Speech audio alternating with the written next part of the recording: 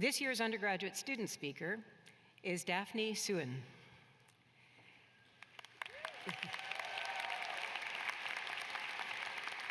Daphne Suen is an exceptional scholar and leader, graduating magna cum laude with degrees in public health, global health, and biochemistry. She is dedicated, compassionate, and committed to equity, with high-impact roles as a student resource coordinator and board member for Students of Color for Public Health. Daphne's research in epidemiology, including publications on trans health, further demonstrate her commitment to health equity. The Public Health Global Health team commends her deep commitment to social justice, outstanding academic performance, and leadership in initiatives such as the annual ARCH Conference and Discern Collaborative. The team looks forward to celebrating Daphne's future as a physician grounded in public health values. Please join me in welcoming Daphne to the stage as this year's outstanding undergraduate student speaker.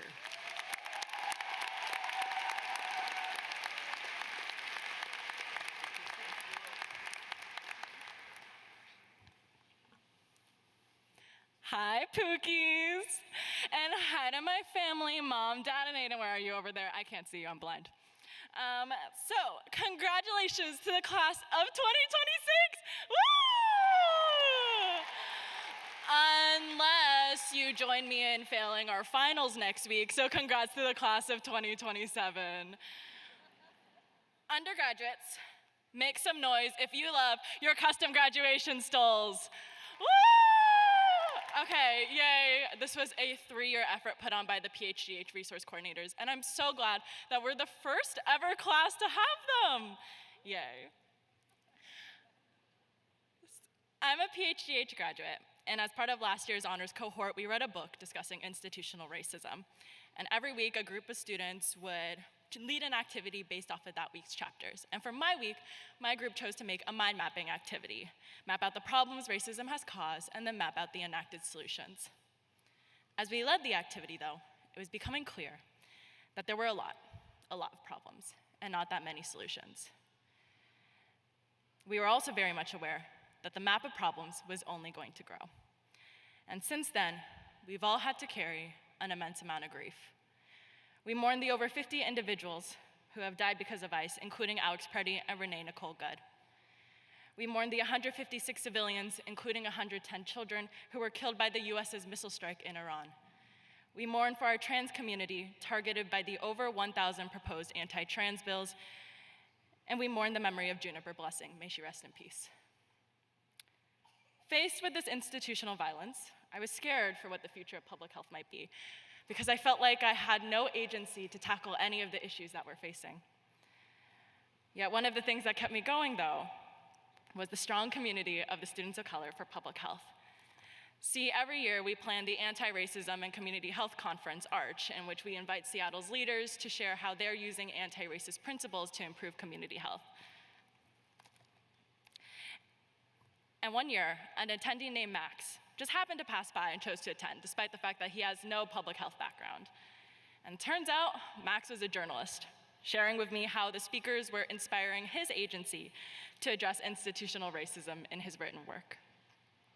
And one of the speakers who inspired Max was a civil rights lawyer named Bina Ahmed.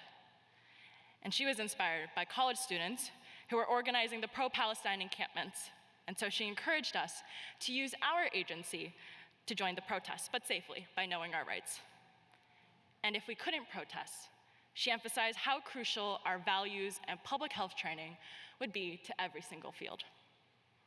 See, the impact that Bina had on Max, the impact that all of ARCH's attendees had on its speakers, all of ARCH's speakers had on its attendees, could not have been possible without the 30 students making up the ARCH committee. Every year, they work tirelessly to expand the conference because at a time when social justice education is threatened, they are ensuring that there are still safe spaces for people like Max to seek it.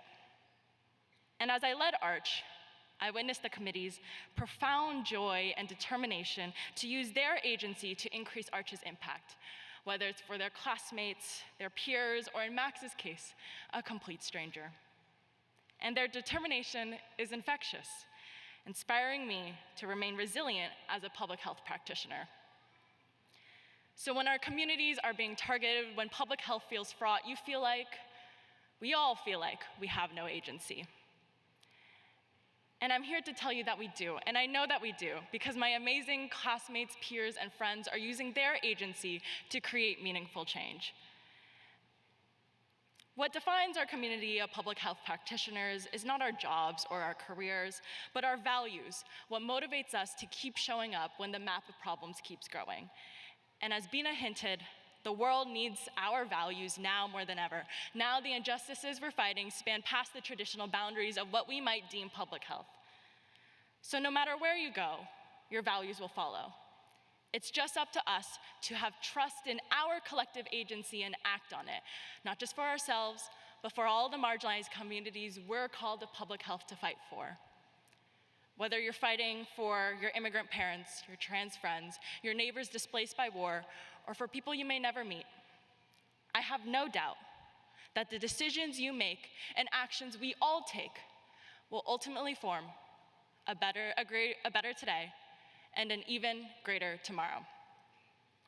Thank you, everyone, for this incredible community and how you've reminded me of my agency and my values.